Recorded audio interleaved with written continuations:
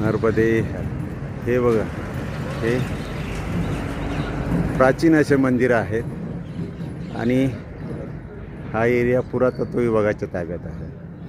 नर्मदे हर, हे बघा बघू शकता तुम्ही.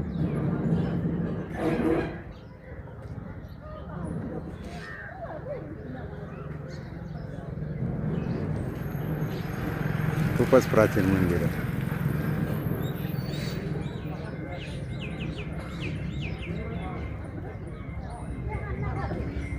मोठा एरिया आहे.